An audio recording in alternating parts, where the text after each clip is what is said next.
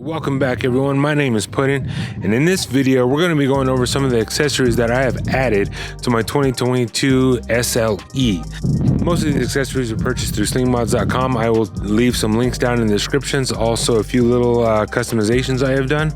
I will also be letting you know at the end of this video as to what the nickname of this slingshot is and what I will hopefully be referring to it as from this point onward.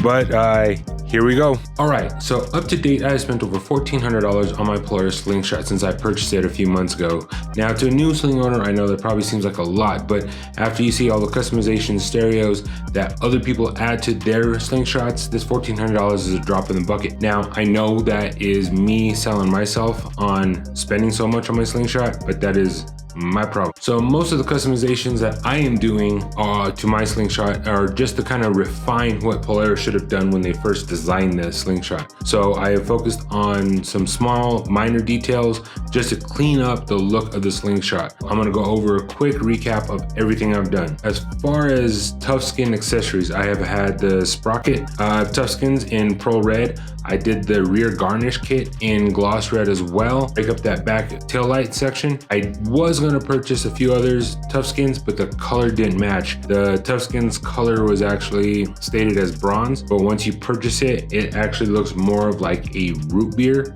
color to me. A few other owners out there like it, but I was not a big fan of it. I also did the instrument bezel in the carbon fiber. I also added a Toughskins kit to the gas cap, which was the gas cap number 2 kit, I believe, from Sling Mods. I also added the Evolution steering wheel kit, which has more of a wraparound than the Toughskins does, but the carbon fiber doesn't match the instrument bezel, but to me they look fine together. One little detail that needed to be addressed and on all slings, and we all see it, we all know it, is the axle nut. It's just hanging out there. It's just being exposed to the elements. It doesn't match usually with the rest of the sling due to the machining they have on the inside, so that nut is just hanging out there. So I ended up purchasing a thermal R&D axle nut cover just to cover it up, give that back end a little bit more color to it, tie it all in. Plus it's not very becoming of a nut just hanging out there, so it had to be done. And I said it exactly like that, so that way somebody out there could say. So I added my license plate relocation kit just to clean up the back end just a little bit. As we all purchased that slingshot, none of us liked the location of that license plate, so we end up buying something to relocate it. I like the shock mount location just because it moved it further down off to the side and out of the way.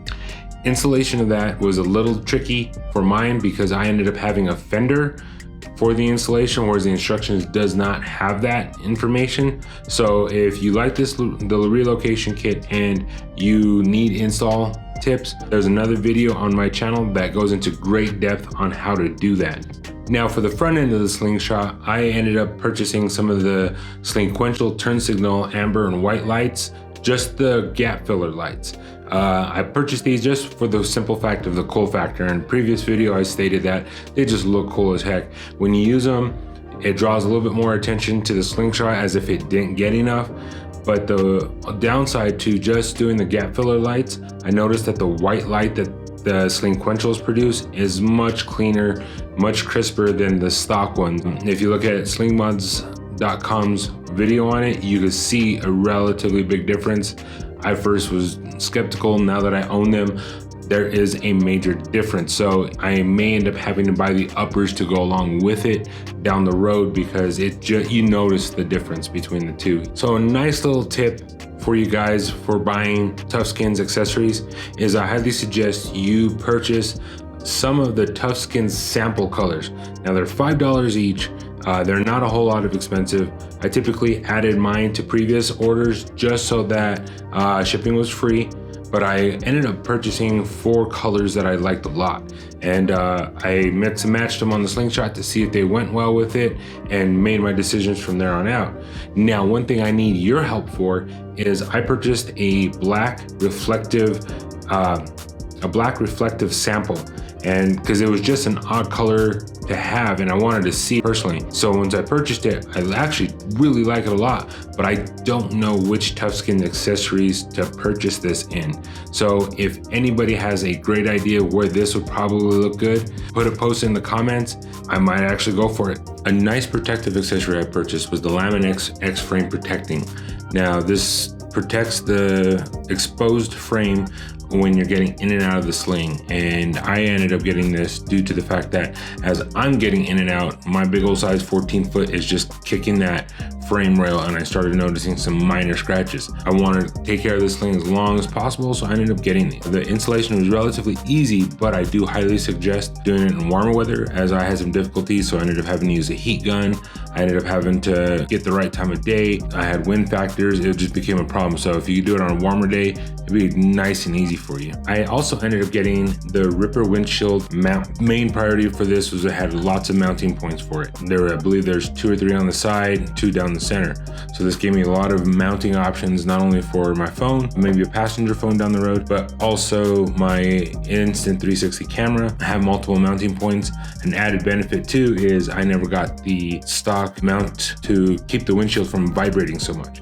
So as I was driving down the road, that thing would just start to vibrate really bad. And considering that the windshield is right at my line of sight, this just kind of stopped that motion from constantly happening. Installation was relatively easy. You almost end up taking the entire dash off in order to get to it, drill the holes for the wiring ports, the mounting bracket, but the slingshot's relatively easy to do this to. So another customization I did, I was trying to get some color in some areas that were just black plastic, mainly with the rear fin and the front wing guards that I purchased. The wing guards I could have purchased in red or black, but I really wanted them in the gold. So I talked to a friend on Facebook and he suggested that I try and do a wrap. So I tried doing some wrapping with some material and I liked the color, but I was not happy with the end product. I had bubbling, I had tearing. I ended up rewrapping a few times and it wasn't a hobby. It wasn't fun at this point. We were talking back and forth and he stated he also got a hold of some dip for his slingshot. So I ended up contacting dipyourcar.com. Couldn't find the color, opened up their chat, very customer oriented. Within a few minutes, I uploaded a photo. They realized what color I was trying to match and they suggested right off the bat their hybrid dip in the gold bronze. So I purchased a few cans. Once they came in, I did a couple of test samples and of course it was really, really close to the gold that Polaris supplied with. So I ended up spraying the corner turn signal lights and the front wing guards, which added that gold all the way to the front end, which cleaned it up really, really nice. I did the rear fin and the backup camera housing in this gold bronze. I also have plans on doing the center console hopefully here really soon. I think it's a good color match. Downside is I'm getting rock chips. Maybe I didn't put enough layers. I did 7. Maybe I need to go to 8 or 9 on the next try. But again, it's Plasti Dip, so peel it off, clean up and spray again. Not that big of a deal, but I do like the color and I think it does clean up those plastic pieces that are all over the Polaris. So it's a good option if you guys are looking for customization without, spraying the color and finding out you're just not happy with it. It's a good test run, so to speak. Maybe down the road, I will eventually paint these parts instead of dipping them anymore. The last accessory I want to let you guys know about was the glove box badge. Now you can customize these through Toughskins or slingmods.com. I ended up purchasing it with the nickname of my slingshot. And so the nickname of my little black and red beauty is the Side Chick. And the reason behind that is me and the wife always joked as what the name was. Shotgun, Sidekick, Sidewinder. We had a whole bunch of nicknames just because we couldn't get the name right for the longest time. And one night she called it the Side Chick and that's how we ended up with the name. So love to hear your comments on a nickname like that for it. That is it. So that is it. I hope you guys got some good content, some great ideas for your sling. I hope to see you guys do some. If you see me out there, out on the streets, let me know if you've used any of these. Also, I will be heading over to Maggie Valley, North Carolina for the sling experience in May. So I hope to see a few of you guys there. All right, till then, I hope to see you on the streets.